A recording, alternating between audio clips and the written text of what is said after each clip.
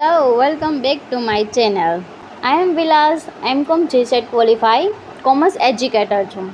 આપ સૌનું સ્વાગત છે અકાઉન્ટિંગ માસ્ટર ચેનલ પર, જ્યાં અમે અકાઉન્ટન્સી, ઇકોનોમિક, બિઝનેસ સ્ટડી અને યુજીસી નેટ GSET કોમર્સને સરળ અને રસપ્રદ રીતે શીખવીએ છીએ. તો ફાઇનલી GSET 2022 અને 23ના પ્રીવાયક્યુએસ સિરીઝ સફળતાપૂર્વક પૂર્ણ થઈ ગઈ છે.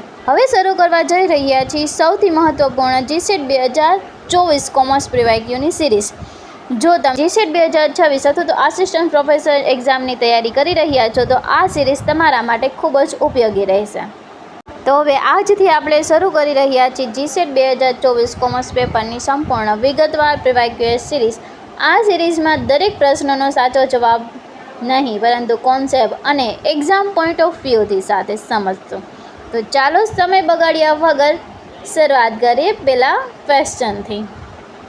ક્વેશ્ચન પહેલો, the corporate social responsibility law come into force. હવે આપણાને આ પ્રશ્ન એમેન્ડમેન્ટ છે એમાંથી પૂછવામાં આવેલો છે કે કોર્પોરેટ સોશિયલ રિસ્પોન્સિબિલિટી ક્યારે ફોર્સમાં આવ્યું હતું એ પૂછાયેલું છે, બરાબર. એની એક્ટ 2013 છે અને ફોર્સમાં ક્યારે આવ્યું હતું કે એપ્રિલ 2014માં આવેલું છે. તો આપણો જવાબ શું થશે?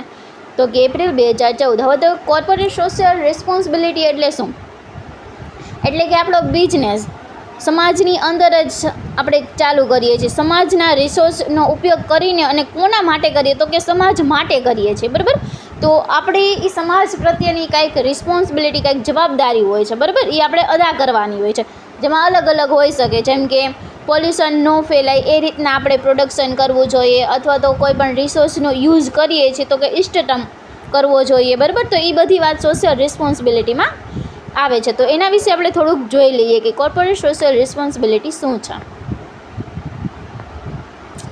તો CSR, જેને આપણે ટૂંકમાં કહીએ છીએ, કોર્પોરેટ સામાજિક જવાબદારીઓ જે કંપનીઓ દ્વારા સમાજ અને પર્યાવરણના હિત માટે સ્વૈચ્છિક રીતે કરવામાં આવતા કાર્યોને આપણે શું કહીએ છીએ? તો કે કોર્પોરેટ સોશિયલ રિસ્પોન્સિબિલિટી કહેવામાં આવે છે, બરાબર.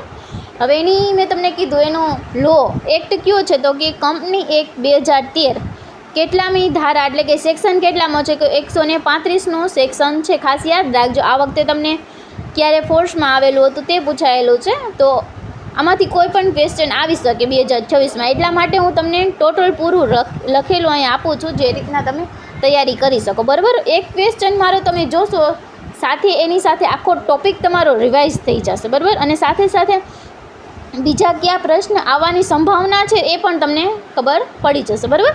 તો કંપની એક્ટ 2013ની અંદરનો સેક્શન 135 છે એ કેના માટેનો છે? તો કે CSR માટેનો. ખાસ યાદ રાખજો, કોર્પોરેટ સોશિયલ રિસ્પોન્સિબિલિટી માટેની સેક્શન કેટલામાં છે? તો કે 135માં, બરાબર.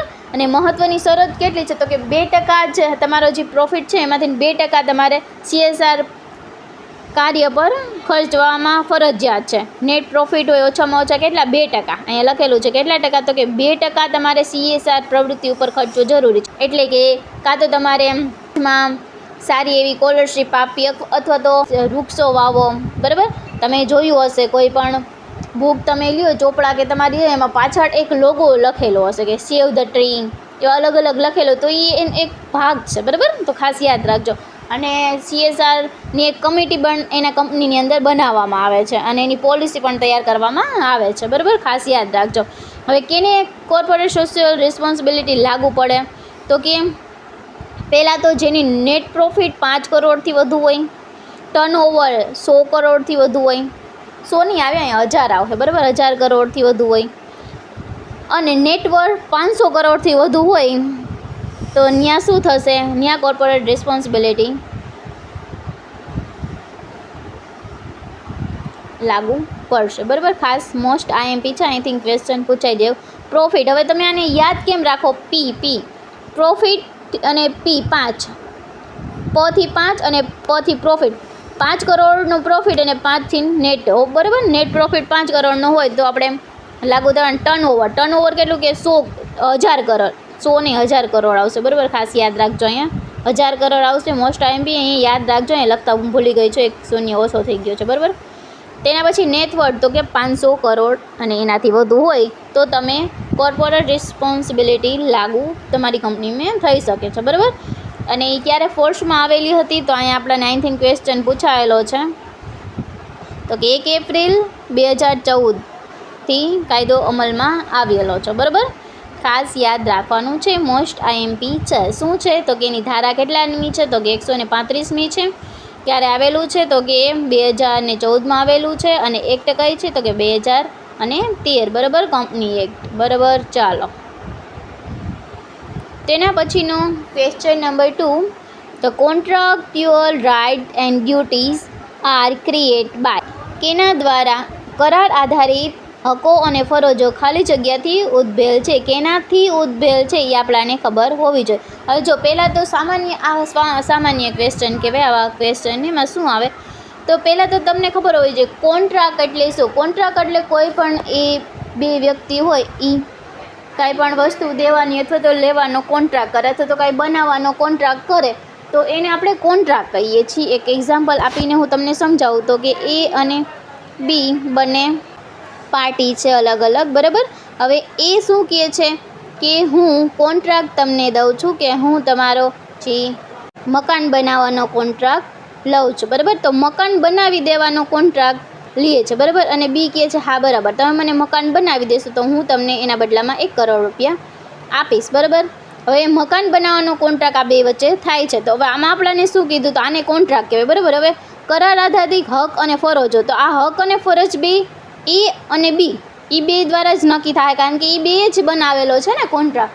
તો એની વાત થયેલી છે. તો કોના દ્વારા નક્કી થાય હક અને ફરજો? તો કે પાર્ટીઝ, જે બે પાર્ટી હશે, જે બે પક્ષકારો હશે, જેમ કે અહીંયા એ અને બી આપેલું છે. બરાબર, તો એની વાત થઈ ગયેલી છે.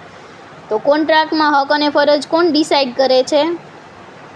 તો કે જે પક્ષકારો હોય છે તે ડિસાઇડ કરે છે. બરાબર, તો એના વિશે જોઈ લઈએ કેમ કોન્ટ્રાક્ટ બને છે.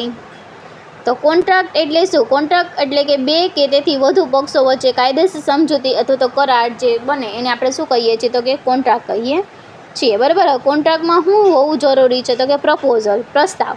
એટલે કે એ કીધું કે હું તમારું ઘર બનાવી દઈશ અને બી પછી એને હા પાડે છે. બરાબર, એટલે કે પ્રપોઝલ. એક પક્ષકાર બીજા પક્ષને કોઈ પ્રસ્તાવ અથવા તો ઓફર આપે છે તો એને આપણે શું કહીએ છીએ? પ્રપોઝલ કહીએ છીએ. બરાબર, પછી બે પાર્ટી, એક પાર્ટી હોય તો બે પક્ષકારો, એક જે કોન્ટ્રાક્ટ કરે છે અને જેના માટે જે બનાવવામાં આવ્યું છે એમ બે પક્ષકારો હોય છે. બરાબર, પછી કાયદાને આધીન, કાયદાને નિયંત્રિત. એવું કંઈ ન હોય કે ભાઈ કોન્ટ્રાક્ટ કરે કે તારે આનું ખૂન કરવાનું છે તો એ કાયદાની વિરુદ્ધ છે. બરાબર, તો એવું આમાં ચાલે નહીં. જે કાયદાકીય કોન્ટ્રાક્ટ હોય એ બધા કોન્ટ્રાક્ટમાં આવે. બરાબર, તો એની વાત કરેલી છે. અને એ કોન્ટ્રાક્ટ એક્ટ કેટલામાં છે? તો કે 1872નો કોન્ટ્રાક્ટ એક્ટ છે. બરાબર, અને હક અને ફરજો કોઈના દ્વારા નક્કી કરવામાં આવે છે? તો કે પાર્ટી દ્વારા નક્કી કરવામાં આવે છે. હવે જો અહીંયા મહત્ત્વનું એક ખાસ આ છે કે કોન્ટ્રાક્ટ ક્યારે બને? તો પહેલાં કોન્ટ્રાક્ટ બરાબર પહેલાં ઓફર, કોઈ તમને ઓફર આપે પછી એ તમે એક્સેપ્ટ કરી લો. તમને કોઈ ઓફર આપે કે હું તમને GSETનો આખો કોર્સ તમને હું ભણાવીશ, તો એ એક ઓફર થઈ ગઈ કે હું ભણાવીશ. હવે તમે એ એક્સેપ્ટ કરો, હા તમે મને ભણાવો, તો એ એક્સેપ્ટ ટેસ્ટ તમારી થઈ ગઈ. એક તમે એ એક્સેપ્ટ કરી લ્યો છો કે હા તમે એ માનો છો કે હા તમે મને ભણાવો, અને પછી એના બદલામાં તમે જે એને પૈસા પે કરો તો એ શું થઈ ગયું? કન્સિડરેશન થઈ ગયું. અને એ લોફુલ છે કે આમાં કાંઈ ઇલીગલ કાંઈ વસ્તુ છે નહીં, તો એ લોફુલ ઓબ્જેક્ટિવ.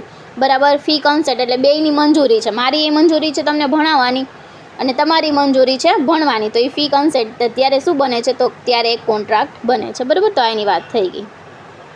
આખી વાત મેં તમને કોન્ટ્રાક્ટ વિશેની કરી દીધી. ચાલો તેના પછી આવે છે બોનસ ઇસ્યુ.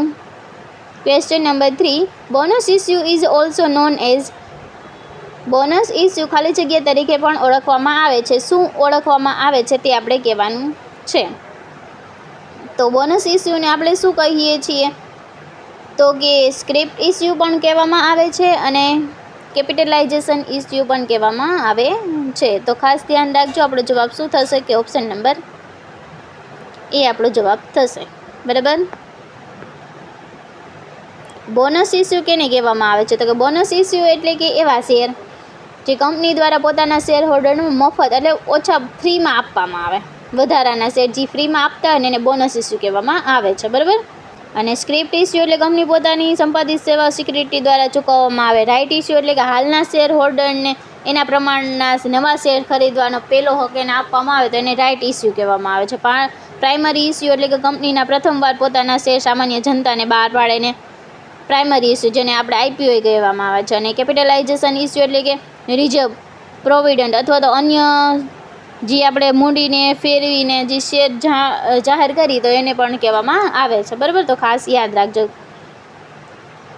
તો આપણો જવાબ શું થશે? ઓપ્શન નંબર એ. ચાલો, તેના પછીનો ક્વેશ્ચન છે આઈસીઆઈસી બિગ બજાર કાર્ડ ઇઝ એક્ઝામ્પલ ઓફ, એટલે એ કાર્ડ છે એનું કયું એક્ઝામ્પલ, કેનું એક્ઝામ્પલ છે તે આપણને કીધેલું છે. તો વોલ ક્રેડિટ કાર્ડ એટલે તમને ખબર છે કે રિટેલ જે આઉટલેટ સાથે જોડાયેલું નથી અને કોઈ પણ જગ્યાએ ઉપયોગ કરી શકે, અથવા તો જે આઈસીઆઈસી પ્રીમિયમ કાર્ડ હોય એને આપણે કહીએ છીએ. બરાબર, તે અહીંયા આપેલું છે. એના પછીનો કો બ્રાન્ડિંગ ક્રેડિટ કાર્ડ એટલે કોઈ પણ ખાસ કંપની અથવા તો દુકાન માટે મળીને બહાર પાડેલું જે કાર્ડ હોય એને કહેવામાં આવે છે. એમાં આઈસીઆઈસી બિગ બજાર કાર્ડ. બરાબર, પછી એના પછી ડેબિટ કાર્ડ આવે છે, જે બેંકના ખાતામાંથી સીધી રકમ કાપે છે. તમે એ બધા વિશે જાણો છો. એના પછી ઇન્ટરનેશનલ ક્રેડિટ કાર્ડ, જે વિદેશમાં આપણે ઉપયોગ કરીએ છીએ, જેમાં વિઝા, માસ્ટર કાર્ડ એ બધા એમાં આવે. બરાબર, તો આ બધાની વાત થઈ ગયેલી છે. તો આમાં બિગ બજારનું આપણને પૂછેલું છે, તો એ કેનું છે? મેં તમને આમાં નીચે કીધું એ કેનું છે એ કાર્ડ, તો એ છે કો બ્રાન્ડેડ ક્રેડિટ કાર્ડનું એક્ઝામ્પલ છે. અહીંયા તમે જોયું ને, અહીંયા હતું. આ કેનું છે? તો કે એકસાથે જે કોઈ પણ ખાસ દુકાન કે મળીને બહાર પાડેલું જે કાર્ડ હોય એને આપણે કો બ્રાન્ડેડ ક્રેડિટ કાર્ડ કહેવામાં આવે છે. ચાલો, તેના પછીનો ક્વેશ્ચન છે the concept of the human relation was develop by, માનવ સંબંધોનો ખ્યાલ આપેલ હતો, કોણે આપેલ હતો એ આપણે કહેવાનું છે. હવે આ મેનેજમેન્ટનો ક્વેશ્ચન છે. મેનેજમેન્ટનું પહેલું ચેપ્ટર જેમાંથી આ ક્વેશ્ચન પૂછાયેલો છે, એ પહેલું ચેપ્ટર આપણી ચેનલ ઉપર વિડીયો સંપૂર્ણ મૂકેલો છે. એ એકવારથી જરૂર જોઈ લેજો, પછી તમે આ ક્વેશ્ચન કરજો એટલે તમને ઇઝી લાગે. બરાબર, તો આનો આપણો પ્રશ્નનો જવાબ શું થશે? તો કે એલ્ટન માયોએ હ્યુમન રિલેશન વિશે બહુ જ વધુ થિયરી આપેલી છે. બરાબર, તો એની વાત કરેલી છે કે human relation was develop by, કોને એ કોન્સેપ્ટ આપેલો હતો? તો કે એલ્ટન માયોએ આપેલો હતો. ચાલો, તેના પછીનો ક્વેશ્ચન આપણને આવે છે OECD સ્ટેન્ડ ફોર, એટલે OECDનું ફૂલ ફોર્મ આપણે કહેવાનું છે. તો એનું ફૂલ ફોર્મ શું થશે? તો કે organisation for economic corporation and development. બરાબર, ઓપ્શન નંબર એ આપણો જવાબ થશે.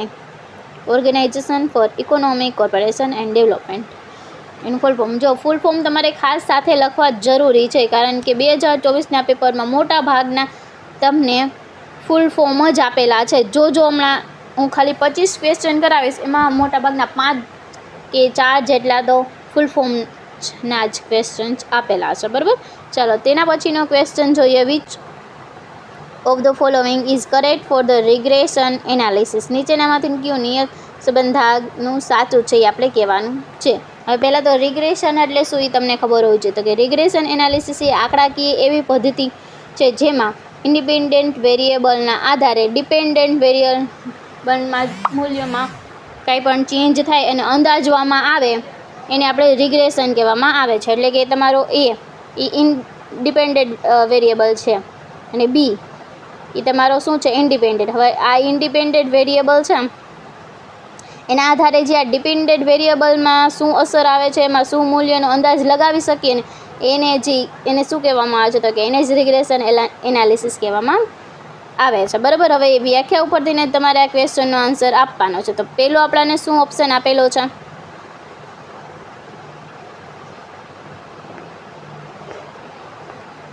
તો કે provide estimate of the value dependent variable from the value of the independent. હા, આપણે ઇન્ડિપેન્ડન્ટ વેરિયેબલ ઉપરથી આપણે ડિપેન્ડન્ટ વેરિયેબલનું એસ્ટિમેશન અંદાજ લગાવીએ છીએ. બરાબર, તો એને જ રિગ્રેશન કહેવામાં આવે છે. Use for the measuring error involve the using a regression line base on the estimation, તો એ પણ સાચું છે. બરાબર, એના પછીનું આવે છે can not be use for calculate coefficient of correlation, તો એવું કંઈ આવતું નથી આમાં. અને measure the degree of covariance, તો એવું પણ મેઝર કરવામાં નથી આવતું. તો આપણો જવાબ શું થઈ જશે? અહીંયા આપણાને ઓપ્શન આપેલા છે, મેં અહીં નીચે હતા એ જ ઓપ્શન છે આપણા. બરાબર, તો આપણા પહેલાં અને બીજું એ બે સાચું છે. તો આપણો જવાબ શું થશે? તો કે ઓપ્શન નંબર બી આપણો જવાબ થશે. બરાબર, ઓપ્શન નંબર બી.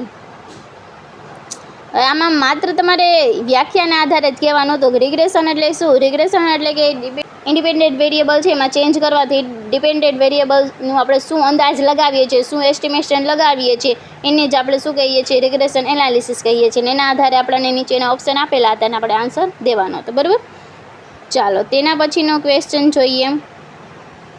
એના પછીનો હવે માસ્ટ પ્રિન્સિપલ ઇન બેન્કિંગ ડિનોટ. હવે બેન્કિંગમાં માસ્ટનો સિદ્ધાંત શું સૂચવે છે એ આપણને આમાં પૂછેલું છે.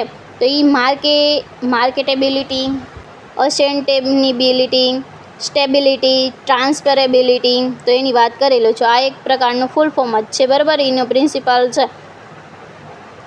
માસ્ટનો. બરાબર. તો એમાં શું કહે છે? માર્કેટેબિલિટી, અસેટેબિલિટી અને ટ્રાન્સફરેબિલિટી. જો અહીંયા ગુજરાતી કરેલ નથી ને એનું ઇંગ્લિશ જ આપી દીધેલું છે. બરાબર. તો આપણે ઇંગ્લિશ વાંચવું ખૂબ જ જરૂરી છે. ચાલો તેના પછીનો ક્વેશ્ચન જોઈએ. Micro economic theory deal with. Micro economic theory સાથે કોને સંબંધ છે? હવે તો એક આવે છે માઇક્રો ને એક આવે છે મિક્રો. બરાબર.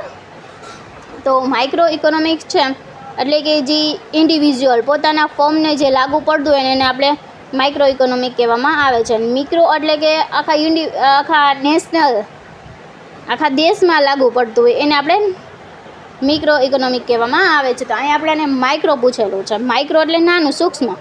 તો આપણા જ એક ફોર્મને લાગુ પડતું એવું નીચેનામાંથી કયું છે એ આપણે કહેવાનું છે. તો ઇકોનોમિક એઝ અ હોલ, તો એ તો બધાને લાગુ પડે. પછી ઇન્ડિવિજ્યુઅલ યુનિટ, પછી ઇકોનોમિક ગ્રોથ, તો એ પણ બધાને લાગુ પડે. બરાબર. અને પુરવઠો, તો એ કોને લાગુ પડે? તો કેમ પણ બધાને લાગુ પડે છે. તો એક પોતાના જ ફોર્મમાં લાગુ પડતું એવું કયું છે? તો કે ઇન્ડિવિજ્યુઅલ યુનિટ. બરાબર. એમ ચોખ્ખું લખી જ દીધું ઇન્ડિવિજ્યુઅલ, વ્યક્તિગત એકમો. તો એ માઇક્રોમાં આવે. માઇક્રો એટલે સૂક્ષ્મ. બરાબર. માઇક્રોમાં કયું આવશે? તો કે ઇન્ડિવિજ્યુઅલ ફોર્મને જે લાગુ પડતી હોય, અસર કરતી હોય આપણા જ એકના ફોર્મમાં, જેમ કે આપણો જે પ્રેફરન્સ, આપણી પ્રોડક્ટ છે એ કોઈને પસંદ ન આવતી હોય તો એ પ્રોબ્લેમ છે એ આપણા એક જ ફોર્મને રિલેટેડ છે. બરાબર. તો એને આપણે માઇક્રો ફેક્ટર કહીશું. બરાબર. એના પછી એક આવે છે જે મંદી, તેજી ને મંદી. તો મંદી છવાઈ ગઈ તો મંદી આપણા એક ફોર્મને નહીં લાગુ પડે. આપણા દેશમાં જેટલા પણ ફોર્મ હોય છે બધાને મંદીનું વાતાવરણ તો લાગુ પડશે જ. તો એની વાત થયેલી છે. તો એને મિક્રો કહેવામાં આવે છે. બરાબર. ખાસ ધ્યાન રાખજો. પછી અથવા તો ગવર્મેન્ટની કોઈ પોલિસી હોય તો એ કેમ આવે? તો એ મિક્રોમાં જ આવે, કારણ કે એ બધાને લાગુ પડશે, કોઈ એક ફોર્મને નહીં લાગુ પડે. તો અહીંયા આપણને એની જ વ્યાખ્યા આપેલી છે. માઇક્રો ઇકોનોમિક થિયરી શું છે? તો કે એ અર્થતંત્રની એવી શાખા છે જે વ્યક્તિગત એકમો અને તેના વર્ગનું અધ્યયન કરે છે. બરાબર. વ્યક્તિગત એકમો હોય એમાં, એટલે આપણો જવાબ શું હોય? Individual unit. હવે ઇકોનોમિક આપણે બધાને લાગુ પડે. આપણે ઇકોનોમિક એવી છે અથવા તો આર્થિક વિકાસ થાય તો એ બધાને લાગુ પડે. બરાબર. સપ્લાય એટલે કે પૂર્તિ બધાને મળી શકે છે કે નહીં, તો એ બધાને લાગુ પડે. હવે જ્યારે આપણે એકના યુનિટની વાત કરી તો કે કસ્ટમરનો બિહેવિયર, મેં તમને કીધું કે ચોઈસ, આપણી પ્રોડક્ટ કોઈને પસંદ આવે ન આવે. પછી ડિમાન્ડ અને સપ્લાય, આપણી જે પ્રોડક્ટની ડિમાન્ડ હોય એ અલગ હોય, બીજાની પ્રોડક્ટની ડિમાન્ડ અલગ હોય. બરાબર. તે રીતના. પછી પ્રાઇસ ડિટર્મિનેશન આપણે કઈ રીતના કરતા હોય, બીજા ફોર્મવાળા કઈ રીતના કરતા હોય, માર્કેટ સ્ટ્રક્ચર, તો એ બધું અલગ અલગ હોય છે. એ આપણે ઇન્ડિવિજ્યુઅલ યુનિટ માઇક્રો કહેવામાં. આ બધા કેના ઉદાહરણ છે? તો કે માઇક્રો ઇકોનોમિક્સના ઉદાહરણ છે. અને આ જે 3 આપેલા છે એ કેના? મિક્રોના આપેલા છે. બરાબર. ખાસ યાદ રાખજો. તો આનો આપણો જવાબ શું આવશે? તો કે ઇન્ડિવિજ્યુઅલ. ચાલો તેના પછીનો આપણને ઇન્કમ ટેક્સમાંથી ક્વેશ્ચન પૂછવામાં આવ્યો છે. The year in which income is taxable known as and year in which income is earned is known as. જે વર્ષમાં આવક કરપાત્ર થાય છે તે વર્ષ ખાલી જગ્યા તરીકે ઓળખાય છે, અને જે વર્ષમાં આવકની કમાણી થાય છે તેને ખાલી જગ્યા તરીકે ઓળખવામાં આવે છે. જો આ સિમ્પલ ક્વેશ્ચન છે, આમાં કાંઈ તમને ન સમજાયું છે જ નહીં. જે વર્ષ આપણે ઇન્કમ કમાણા હોય એને આપણે પ્રીવિયસ યર કહેવામાં આવે છે, અને જે ઇન્કમ કમાઈ ગયા છે જે વર્ષમાં એને આપણે શું કહીએ છીએ? પ્રીવિયસ યર કહીએ છીએ. અને જે વર્ષમાં આપણે ઇન્કમ ટેક્સ ભરીએ છીએ એને શું કહીએ છીએ? તો કે એને અસેસમેન્ટ યર કહેવામાં આવે છે. ખાસ યાદ રાખજો. જો હું તમને અહીં સમજાવી જ દઉં. 2026 અત્યારે ચાલે છે. બરાબર. તો આપણે ઇન્કમ ક્યારે કમાણાઈશું? તો કે 2025-26માં આપણે ઇન્કમ કમાણાઈશું. તો આ આપણું શું થઈ જશે? તો કે આ આપણું પ્રીવિયસ યર થઈ જાય. ખાસ યાદ રાખજો, આને આપણે શું કહીશું? Previous year. 2025 એટલે કે 1 એપ્રિલ 2025થી લઈને 31 માર્ચ 2026 સુધીની જે પણ ઇન્કમ આપણે કમાવ્યા છે એને આપણે શું કહીશું? તો કે એને પ્રીવિયસ યર કહીશું. એમાં આપણે ઇન્કમ કમાણા છીએ, બરાબર? એને પ્રીવિયસ યર કહેવામાં આવે છે. અને હવે 1 એપ્રિલ 2026થી 27માં આપણે જે આપણે પહેલાં ઇન્કમ કરેલી હતી એની આપણે ઇન્કમ ટેક્સ ભરશું. તો એને શું કહેવામાં આવશે? તો કે અસેસમેન્ટ યર કહેવામાં આવશે, બરાબર? તો ખાસ યાદ રાખજો, મોસ્ટ આઈએમપી છે. જેમાં આપણે ઇન્કમ કમાવીએ છીએ, અર્ન કરીએ છીએ, એને આપણે શું કહીએ છીએ? તો કે પ્રીવિયસ યર કહીએ છીએ. અને જેમાં આપણે ઇન્કમ ટેક્સ ભરીએ છીએ જે યર્સમાં, એને આપણે અસેસમેન્ટ યર કહેવામાં આવે છે. ખાસ યાદ રાખજો. અહીંયા આપણને કીધેલું છે. શું કીધેલું છે? ઇન્કમ ટેક્સ એક્ટ અનુસાર આવકમાં જે વર્ષ પ્રાપ્ત થાય છે, એટલે આવક અર્ન કરીએ છીએ જ્યારે કમાય છે, તેને આપણે પ્રીવિયસ યર કહેવામાં આવે છે. અને જે વર્ષમાં તેના પર કર લગાવવામાં આવે તેને અસેસમેન્ટ યર કહેવામાં આવે છે. જો અહીંયા લખેલું છે, અલગ ઉદાહરણ આપેલું છે 2023 અને 24 પ્રમાણે, બરાબર? જે વર્ષમાં આવક પ્રાપ્ત થાય, એક્ઝામ્પલ તરીકે આપણને આપેલું છે 2023 અને 24, તો એમાં આપણે ઇન્કમ કમાવીએ છીએ, તો એ આપણું શું થઈ જશે? પ્રીવિયસ યર થઈ જશે. અને અસેસમેન્ટ યર 2024 અને 25માં આપણે જે વર્ષમાં આવક પર કર લગાવવામાં આવે છે એને આપણે અસેસમેન્ટ યર કહેવામાં આવે છે. તો ખાસ યાદ રાખજો, આપણું અસેસમેન્ટ અને પ્રીવિયસ યરની વાત થઈ ગઈ, બરાબર? અને પ્રીવિયસ યર આપણું જે રહ્યું એ 12 મહિનાથી ઓછા મહિનાનું પણ હોઈ શકે, જ્યારે અસેસમેન્ટ યર તો હંમેશા કેટલું હોય છે? 12 મહિનાનું જ હશે. ખાસ યાદ રાખજો, બરાબર? હવે પ્રીવિયસ યર શા માટે 12 મહિનાથી ઓછાનું હોઈ શકે? તમે વિચારો, કોઈ પણ પ્રોજેક્ટ એવો હોય કે જે 6 મહિનામાં તમારો પૂરો થઈ જાય, બરાબર? તો પ્રીવિયસ યર તમારું શું થયું? 23માં તમારો એક એવો પ્રોજેક્ટ હોય જે 6 મહિનામાં પૂરો થઈ જાય, તો આ તમારું પ્રીવિયસ યર કયું થાય? તો કે 23 અને 24 જ થયું. અને અસેસમેન્ટ યર શું થશે? તો કે 24 અને 25 થશે. તો જે 24-25 છે એ તો 12 મહિનાનું જ હશે. ખાસ યાદ રાખજો, પ્રીવિયસ યર ઓછા મહિનાનું હોઈ શકે પણ અસેસમેન્ટ યર હંમેશા 12 મહિનાનું જ હશે. તો આમાં આપણો જવાબ શું થશે? તો the year which income is taxable is known as. હવે જ્યાં આપણું અર્ન જે ટેક્સેબલ થાય છે એને આપણે શું કહીએ છીએ? તો કે અસેસમેન્ટ યર કહીએ છીએ. એન્ડ ધ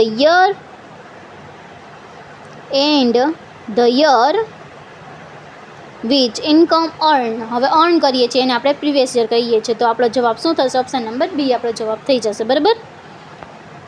ચાલો તેના પછીનો ક્વેશ્ચન જોઈએ. એના પછીનું આપણને ફૂલ ફોર્મમાં જ આપેલું છે. મેં તમને કીધું હતું ગણજો કેટલા ફૂલ ફોર્મ થાય છે આ પહેલાં 25 ક્વેશ્ચનમાંથી, બરાબર? NFRAનું ફૂલ ફોર્મ આપણને કહેવાનું છે. શું એનું ફૂલ ફોર્મ થશે? તો કે નેશનલ ફિનાન્સ રિપોર્ટિંગ ઓથોરિટી, બરાબર? ઓપ્શન નંબર બી આપણો જવાબ થશે, નેશનલ ફિનાન્સ રિપોર્ટિંગ ઓથોરિટી. ચાલો તેના પછીનો ક્વેશ્ચન છે, which of the following are benefit of the GST. GSTના બેનિફિટ ક્યાં છે? આપણાને કહેવાના છે, ફાયદા શું છે? ઓપ્શન આપણે રીડ કરી લઈએ. Creation of unified national market, boost making India એન્ટિટિવ. ત્રીજું આપેલું છે reduction of compliance burn on the tax player. અને ચોથું આપણને આપેલું છે એલિમિનેશન ઓફ ડબલ ટેક્સેશન. તો હવે પહેલાં તો આપણને ખબર પડી જાય કે હા, ડબલ ટેક્સેશનને દૂર કરવા માટે જ આપણને આ કહેવામાં આવેલું છે. તો એ તો આપણું સાચું જ છે, બરાબર? એના પછી આવે છે reduction of compliance burden on the tax player. હવે એવું કાંઈ ન હોય, ટેક્સનું બર્નન તો હોય, તો એ એક આપણે કાઢી નાખશું તો આપણો જવાબ આસાનીથી બની જશે, બરાબર? મેકિંગ ઇન્ડિયા એન્ટિટી તો એ આવશે, બરાબર? Creation the unified national market તો કે એ પણ આવશે. તો આપણો જવાબ શું થશે? તો ઓપ્શન નંબર સી આપણો જવાબ થઈ જશે, બરાબર? ખાસ ધ્યાન રાખજો, ઓપ્શન નંબર સી આપણો જવાબ છે. GSTના ફાયદા આપણે ઉદ્દેશ્ય જોઈ લઈએ તો વન નેશન વન ટેક્સ, એક જ દેશ અને એક જ કર પ્રણાલી સમગ્ર ભારતમાં એકરૂપ કર છે, બરાબર? એના માટેની છે. એના પછી બૂસ્ટ મેક ઇન ઇન્ડિયા એન્ટિટિવ, એટલે ઉત્પાદન ખર્ચ ઘટાડીને ભારતને વૈશ્વિક ઉત્પાદન હબ બનાવવાનું છે. રિડક્શન ધ કમ્પ્લાયન્સ બર્નર, એટલે કર પ્રણાલી દ્વારા કરદાતાનું પર વહીવટી ભારણ ઘટાડવું છે. Avoid the cars and effect of the tax, બરાબર. તો આ એના ફાયદા છે, જે આપણો જવાબ શું થશે? Option number C. ચલો, તેના પછીનો ક્વેશ્ચન છે, large cap stock are those rank from ખાલી જગ્યા by market capitalisation. Market capitalisation પ્રમાણે જે સ્ટોક રેન્કિંગ ખાલી જગ્યા પ્રમાણે હોય તેને લાર્જ કેપ કહેવામાં આવે છે. હવે આમાં તમે એમને ખબર પડી જાય, લાર્જ કેપ એટલે કે 1 થી 100 એને જ આપણે લાર્જ કેપ કહેવામાં આવે છે. તો આપણો જવાબ શું થશે? તો કે ઓપ્શન નંબર બી આપણો જવાબ થઈ જશે. પણ તોય આપણે એના વિશે જરીક જોઈ લઈએ, બરાબર. જે કંપની માર્કેટ કેપિટલાઇઝેશન માટેના યાદીમાં સૌથી વધુ હોય, એટલે કે ટોપ કેટલી કે 100 કંપનીમાં હોય, એને લાર્જ કેપ સ્ટોક કહેવામાં આવે છે. સેબી દ્વારા કંપનીનું કેપ પ્રમાણે વર્ગીકૃત કરવામાં આવે છે, જેમાં 100 કંપનીઓ હોય છે, બરાબર. તો એની વાત થઈ ગયેલી છે.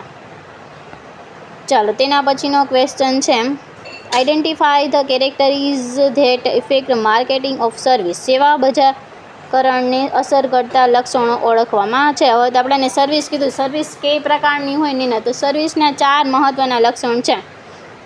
સર્વિસ એટલે આપણે કેવી? તો કે બેન્કિંગ સર્વિસ આવી જાય, પાર્લરમાં જાય તો એ સર્વિસ આવી જાય, બરાબર. અલગ અલગ સર્વિસ. હોસ્પિટલમાં જાય તો હોસ્પિટાલિટીની સર્વિસ આવી જાય. એવી અલગ અલગ સર્વિસ છે. રેસ્ટોરન્ટ્સમાં આપણને ફૂડ સર્વ કરે તો એ બધી સર્વિસ આવી જાય. પછી હોટલમાં જઈએ તો એ બધી સર્વિસ કહેવાય, બરાબર. તો એ સર્વિસની શું કેરેક્ટરીઝ છે એ આપણે કહેવાની છે. તો એની મુખ્ય 4 કેરેક્ટરીઝ છે. પહેલી તો કે અદ્રશ્યતા, આપણે એને જોઈ શકતા નથી, બરાબર. બીજી અવિભાજ્યતા, એટલે આપણે એને અલગ કરી શકતા નથી, ઇનસેપરેટેબિલિટી, બરાબર. અને ત્રીજું આવે છે પરિવર્તનશીલતા, અને ચોથું અસ્થાયિત્વ, બરાબર. તો આ 4 એની મેઇન કેરેક્ટરીઝ છે. હવે એ આપણે પહેલાં સમજી લઈએ શું કહેવા માગે છે. અદ્રશ્યતા એટલે સેવાને જોઈ શકાતી, સ્પર્શી શકાતી કે અનુભવી શકાતી નથી. જેમ કે શિક્ષણ, હું તમને ભણાવું, એ પણ એક પ્રકારની સર્વિસ છે. તો એને તમે જોઈ શકશો, તમે સમજી શકશો, અનુભવી, યાદ રાખી શકશો, બરાબર. આપણે એને ટચ કરી શકાતી નથી. બેન્કિંગ સેવા છે, આપણે એને ટચ નથી કરી શકતા, એટલે એ અદ્રશ્ય, ઇન્ટેન્જિબલ છે.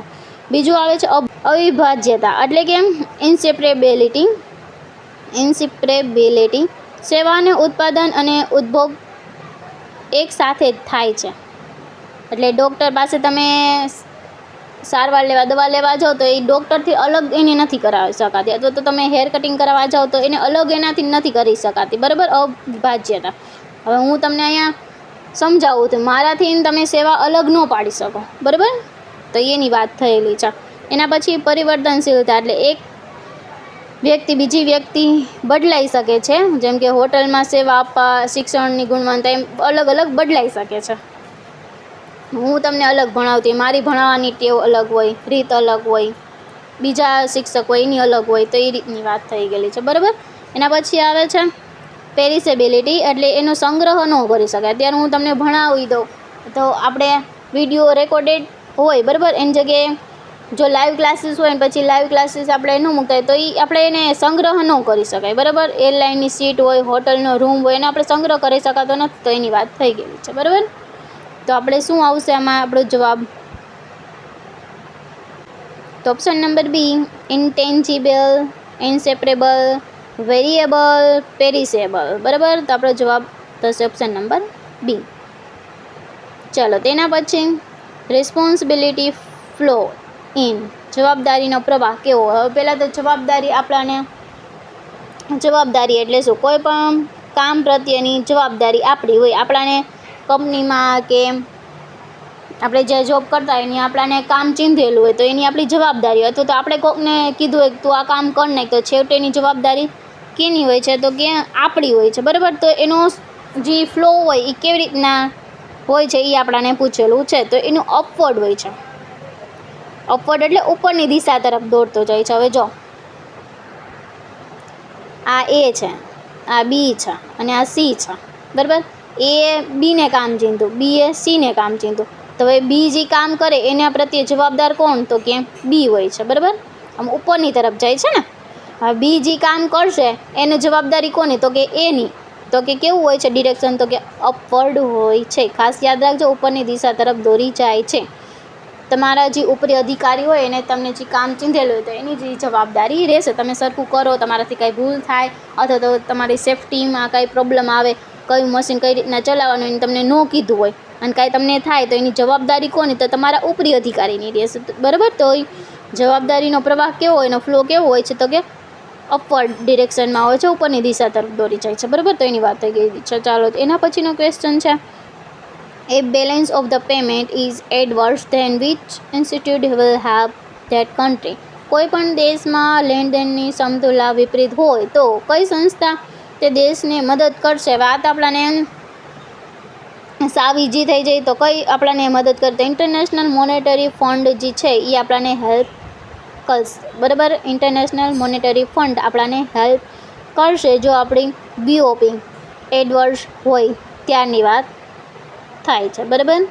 જ્યારે આપણો બીઓપી એડવર્સ હોય ત્યારે શું થાય છે, તો આપણે લઈએ છીએ, લોન લઈએ છીએ. કોની પાસેથી લઈએ છીએ? તો કે ઇન્ટરનેશનલ મોનેટરી ફંડ પાસેથી આપણે લોન લઈએ છીએ. તો ઇન્ટરનેશનલ મોનેટરી ફંડ શું છે એ આપણે જોઈ લઈએ. એની સ્થાપના ક્યારે થઈ હતી?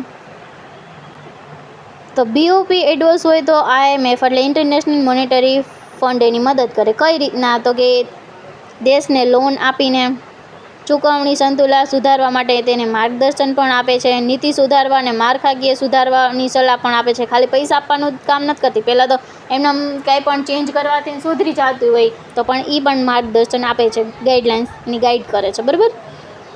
વિનિમય દરની સ્થિરતા અને નાણાકીય સ્થિરતામાં પણ મદદ કરે છે, બરાબર. તો આ રીતના આપણાને IMF મદદ કરે છે બીઓપી એડવર્સ હોય તો. એના પછી આવે છે IMFનું ફૂલ ફોર્મ શું થાય? તો કે ઇન્ટરનેશનલ મોનેટરી ફંડ થાય છે. અને એની સ્થાપના ક્યારે કરવામાં આવી? તો કે 1944માં બ્રિટન હુડ જે કોન્ફરન્સ હતો એમાં કરવામાં આવેલી હતી, બરાબર. અને એનું જે હેડક્વાર્ટર ક્યાં છે? તો કે વેસ્ટર્ન જોર્ડમાં USAમાં આવેલું છે. અને એમાં સભ્ય દેશો કેટલા છે? તો કે 190+ એના સભ્ય દેશો છે. તો આની વાત થઈ ગઈ. તો આપણા અહીંયા જવાબ શું આવશે? International monetary fund. ખાસ યાદ રાખજો, બરાબર. તેના પછીનો ક્વેશ્ચન છે, આપણાને સ્ટેટિસ્ટિકમાંથી આપેલો છે, the alphabet of the word articles are arranged randomly. What is the probability that vowels occupy even position? Article શબ્દને વર્ણમાળામાં જો ક્રમ વગર ગોઠવવામાં આવે તો સ્વર એક જ સરખું સ્થાન લેશે તેની સંભાવના કેટલી છે? એ આપણાને અહીંયા પૂછવામાં આવેલું છે, બરાબર. આપણે સંભાવનાનું ચેપ્ટર આપણે આ જ વીકમાં વિડીયો અપલોડ કરવાના છીએ, બરાબર. તો મેં અહીંયા તમને સમ લખીને આપી દીધો છે, તમે એને જોઈ શકો છો. હવે આપણો જવાબ થશે 1/35 આપણો જવાબ આવશે. ખાસ યાદ રાખજો, બરાબર. ચાલો તેના પછીનો ક્વેશ્ચન જોઈએ. બેન્કિંગનો ક્વેશ્ચન છે. આ બધા ઇન્ક્લુઝન જેટલી પણ યોજના છે એના યર તમને પૂછાઈ જાય એવા છે, બરાબર. પ્રધાનમંત્રી Vaya Vandana Yojana. Condition for the minimum entry age. Pradhan Mantri Vaya વંદના યોજનામાં જોડાવાની ઓછામાં ઓછી ઉંમર કેટલી હોવી જોઈએ? આપણે એજ કહેવાની છે, કેટલી એજ હોવી જોઈએ? તો એની વાત થઈ ગયેલી છે, તો કે 60 યર હોવા જોઈએ. કેટલા? 60. હવે આમાં તમને 2024માં પૂછાયેલું છે. હવે આની પહેલાં તમને પ્રધાનમંત્રી જનધન યોજનાની સાલ પૂછાઈ જાય તો એ યાદ રાખવી જરૂરી છે. મુદ્રા યોજનાની સાલ પૂછાઈ જાય, બરાબર. તો એ બધું તમારે કરવું જ જરૂરી છે, પૂછાઈ શકે તેમ છે. તો પહેલાં તો વય વંદના યોજના શું છે? તો કે વરિષ્ઠ નાગરિકને સુરક્ષા નિયમિત પેન્શન આપવાની એક યોજના છે, બરાબર. એમાં 60 વર્ષને તેથી વધુ વર્ષના લોકોને લે છે, બરાબર. એમાં એલિજિબલ છે. આ યોજનામાં LIC દ્વારા સંચાલિત છે. ન્યૂનતમ રોકાણ 1.57 લાખનું હોય છે અને મહત્તમનું કોઈ પણ લિમિટેશન છે નહીં. અને આ યોજના કેટલા વર્ષની? તો કે 10 વર્ષ સુધી આપવામાં આવે છે. નિયમિત પેન્શન ને બધું આમાં આવે છે, સુરક્ષા ને એવી બધી વસ્તુઓમાં આવે છે, બરાબર. તો એની વાત થાય છે. તેના પછીનો ક્વેશ્ચન છે, which of the following is a implicit cost of the production. નીચેનામાંથી ઉત્પાદનમાં ગર્ભિત પડતર કઈ છે? એ આપણાને પૂછવામાં આવેલું છે. તો option number A veg to the labour, rent on the building, interest on one capital કે પેમેન્ટ ઓફ ધ મશીન. આમાંથી ગર્ભિત કેપિટલ ખર્ચ એટલે કોસ્ટ કઈ છે એ આપણે કહેવાની છે. ગર્ભિત કોસ્ટ કહેવાની છે. તો કઈ થશે? Interest on on capital. માલિકીની જે મૂડી ઉપર આપણે ઇન્ટરેસ્ટ લગાવી એને આપણે ઇમ્પ્લિસિટ કોસ્ટ કહેવામાં આવે છે. તો ઇમ્પ્લિસિટ કોસ્ટ એટલે શું? તો એને આંતરિક ખર્ચ કહેવામાં આવે છે. જે ખર્ચ માટે કોઈ પણ ચૂકવણી બહાર ન કરવી પડતી હોય તેને આપણે ઇમ્પ્લિસિટ કોસ્ટ કહેવામાં આવે છે. બરાબર. હવે જે કેપિટલ જે રહી એના પરનો ઇન્ટરેસ્ટ એ કોને મળશે? જે માલિક જ પોતાની મૂડી લઈ આવ્યા હોય તો એને આપણે કેપિટલ કહીએ છીએ. બરાબર. તો એ આંતરિક ખર્ચ કહેવામાં આવે છે. એક ઇમ્પ્લિસિટ કોસ્ટ જેને આંતરિક ખર્ચ કહેવામાં આવે છે, અને એક આવે છે એક્સપ્લિસિટ કોસ્ટ જેને સ્પષ્ટ ખર્ચ કહેવામાં આવે છે, જેમાં નાણાંનો સીધો ખર્ચ હોય છે, અકાઉન્ટમાં એ દર્શાવવામાં આવે છે, જેમ કે વેતન હોય, ભાડું હોય, વીજળી બિલ હોય. બરાબર. અને એક ઇમ્પ્લિસિટ કોસ્ટ જેમાં માલિકનું વેતન, પોતાનું મકાનનું ભાડું, મૂડી પરનું વ્યાજ, તો એ બધું ઇમ્પ્લિસિટ કોસ્ટમાં આવે છે. તો ખાસ યાદ રાખજો. ચાલો, તેના પછીનો ક્વેશ્ચન છે value of the rent free accommodation on by the employ in the case of the non government employ in the city where population exceed the 10 lakhs but not exceed the 25 lakhs. જે શહેરની વસ્તી 10 લાખથી વધુ પરંતુ 25 લાખથી વધુ ન હોય તેવા શહેરના બિનસરકારી કર્મચારીઓને માલિક તરફથી મળતા ભાડાને મુક્ત રહેઠાણનું મૂલ્ય કેટલું હોય છે તે આપણને કહેવામાં આવેલું છે. તો યાદ રાખજો, મેં તમને આની પહેલાંના જે આપણે પ્રીવાયક્યુએસ સિરીઝ હતી એમાં પણ તમે ખાલી એટલું યાદ રાખો ને કે 10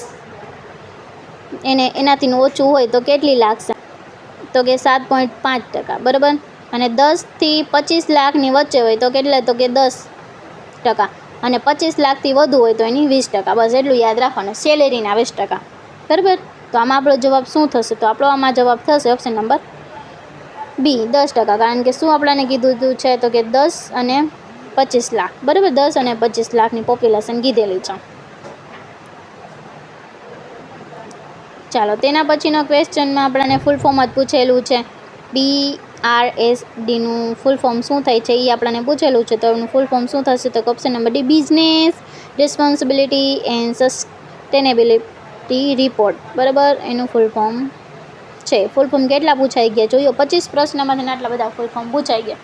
તો ખાસ તમે એક પેજમાં લખી લેજો અને રોજ તેને રીડ કરજો. બરાબર. ચાલો, તેના પછીનો question under the which circumstance the unpaid seller is a loss. નીચેનામાંથી કયા સંજોગમાં અણચૂકવ્યા વેપાર કરતા પોતાના કબજા પર હક ગુમાવે છે?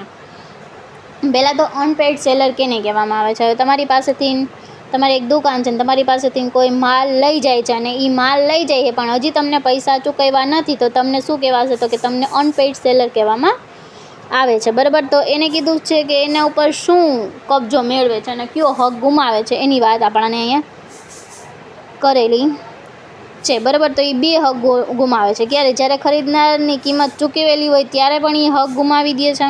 બરાબર. અને બીજો ત્યારે કે જ્યારે વેચનાર કબજોનો હક એનો જતો કરી દે. બરાબર.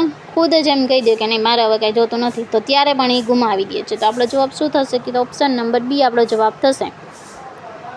આ પણ આવશે, આ પણ આવશે અને આ પણ આવશે. બરાબર. અને ચોથું આપણે જ્યારે ખરીદનાર માલ વેચનાર દ્વારા સંમતિ વગર નિકાલ કરવામાં આવે તો એવું આમાં હોતું નથી. અને when the price is at to be paid by the seller, ત્યારે પણ થાય નહીં. જ્યારે પૈસા આપી દે ત્યારે તો આપણે અનપેઇડ કહેવાતા જ નથી. બરાબર. જ્યારે ખરીદનાર કિંમતની ચૂકવણી બાકી રાખેલો ત્યારે તો કાંઈ કહેવાતું જ નથી. બરાબર. તો એની વાત નહીં થાય. બરાબર. હક તમે ક્યારે અણચૂકવ્યા વેપારી પોતાનો કબજો ક્યારે હક ગુમાવે છે એની વાત આપણને કરેલી છે. તો બે પરિસ્થિતિમાં ગુમાવી દે, જ્યારે ખરીદનાર કિંમત ચૂકવે અને જ્યારે વેચનાર કબજોનો હક જતો કરે. બરાબર. ત્યારે એનો હક ગુમાવી દે. બાકી તમે પૈસાની કિંમત ન આપી હોય તો આપણે એના ઉપર આપણો હક રહી શકે, આપણો માલ દીધો એના ઉપર. બરાબર. તો એની વાત થયેલી છે અનપેઇડ સેલરની. તેના પછીનો ક્વેશ્ચન આપણને વળી પાછું ફૂલ ફોર્મ આપેલું છે. જોયું આટલામાં કેટલા ફૂલ ફોર્મ આવે છે? ચાલો, એનું ફૂલ ફોર્મ AMFIનું ફૂલ ફોર્મ શું થશે? તો કે association mutual fund of India. Association of mutual fund of in India. બરાબર. ચાલો, તેના પછીનો ક્વેશ્ચન ઇન્ફ્લુઅન્સિંગ કન્ઝ્યુમર બિહેવિયર. ગ્રાહક વર્તનને અસર કરતા પરિબળો કયા છે એ આપણે કહેવાનું છે. ગ્રાહકને આપણે ઘણી વસ્તુ અસર કરી શકે. કોઈ એડ આવે તો કઈ રીતના અસર કરે છે ને પરિબળ આપણે કહેવાના છે. તો કે તમારી સંસ્કૃતિ, તમે જ્યાં રહ્યો છો એનું કલ્ચરલ, તમે જે સોસાયટીમાં રહ્યો સોશિયલ, પછી તમારું પર્સનલ બિહેવિયર, તમારું માનસિક સાયકોલોજીકલ તમારું શું છે, એ બધી વસ્તુ એમાં અસર કરે. કોઈ પણ વસ્તુ તમે ખરીદો, તમને કોઈ પણ વસ્તુ ગમે તો એમાં આ બધી વસ્તુ અસર કરે છે, બરાબર. તો ખાસ ધ્યાન રાખજો. ચલો, આજનો last question, the ability or capacity two influence the behaviour or attitude of other individual. બીજા વ્યક્તિની વર્તણૂક કે વલણને અસર કરવાની યોગ્ય ક્ષમતાને શું કહેવામાં આવે છે? એ આપણે કહેવાનું છે, તો એને પાવર કહીએ છીએ. શું પાવર? હવે ટાઈપ્સ ઓફ પાવર જોયા હતા ને, તો એની વાત કરે છે. બીજાની એબિલિટીને આપણે ઇન્ફ્લુઅન્સ કરીએ છીએ, બરાબર. તો એની વાત છે.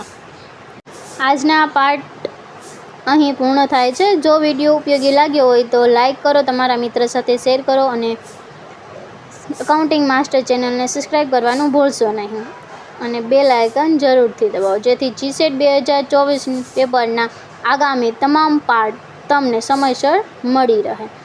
મળીએ આગામી પાર્ટમાં. ત્યાં સુધી happy learning and all the very best for your GSET exam.